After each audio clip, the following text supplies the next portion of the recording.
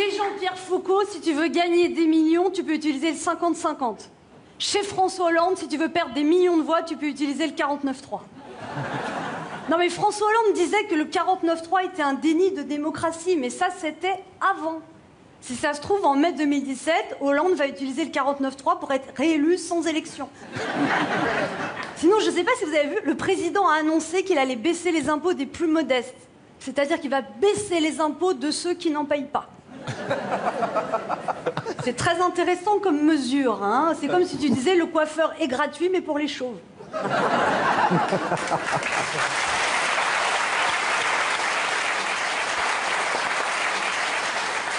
Alors ma fille m'a demandé, mais maman, c'est quoi la déclaration d'impôt? Je lui ai dit, c'est l'inverse du bulletin scolaire. Quand t'as bien travaillé, t'es puni. C'est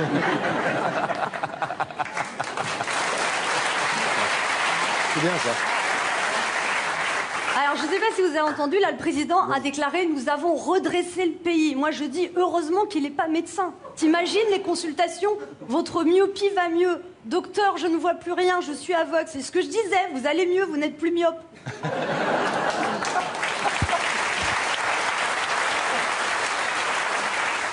Et là, il y a des socialistes qui sont réunis, ils ont lancé un mouvement pour soutenir François Hollande. Eh oh, la gauche! Eh oh, il y a quelqu'un!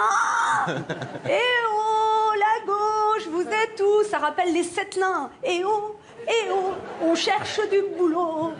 Les Sept-Lins, Valls, c'est grincheux. Hollande, c'est simplet. Macron, c'est joyeux. Et Cazeneuve, c'est timide. Ah oui, je sais pas si vous avez vu, Cazeneuve, les manifestants de Nuit debout, il veut pas les contrarier. Alors il met des policiers, mais ils ont pas le droit de se défendre. Ils regardent. Ils se prennent des projectiles dans la gueule, on leur dit pas d'histoire, donc ils regardent. Et il paraît que les casseurs leur jettent des bouteilles sur les policiers, que les policiers venaient de le vider. C'est ce qu'on appelle le recyclage, en fait.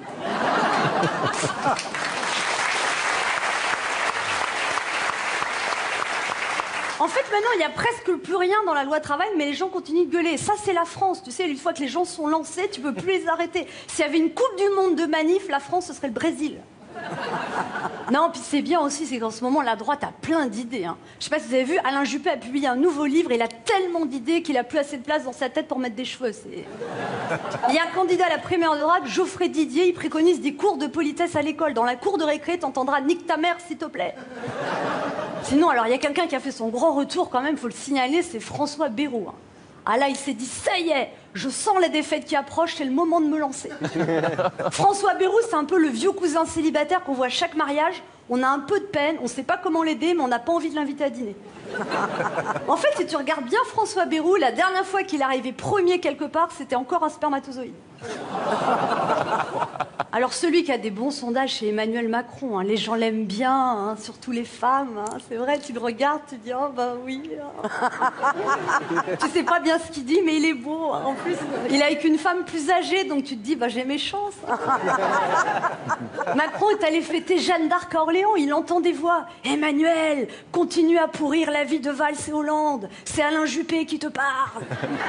C'est vrai que Macron, il a vraiment la tête du gendre idéal. Sauf que, vu l'âge de sa femme, il y a peu de chances que sa belle-mère puisse en témoigner.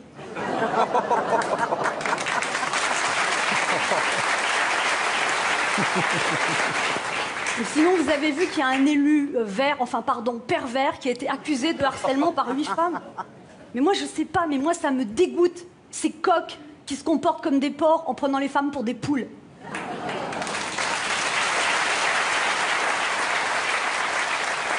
Je veux dire, à un moment, qu'ils soient verts, roses ou bleus, les fumiers, il faudrait les transformer en compost parce qu'il y a un moment, ça sent vraiment pas bon. Non,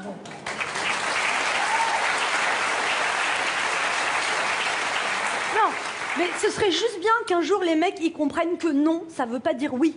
Et ce serait bien aussi que quand les femmes, elles osent parler, on arrête de dire « Ah, mais comment ça se fait qu'elle a rien dit avant si c'est vraiment arrivé ?» Et ce serait bien qu'on arrête d'entendre « Oh, ça va, c'est juste de la drague un peu musclée, elle met des jupes, elle l'a bien cherché. » Vous savez comment on reconnaît un macho en politique? Son cerveau est dans son slip.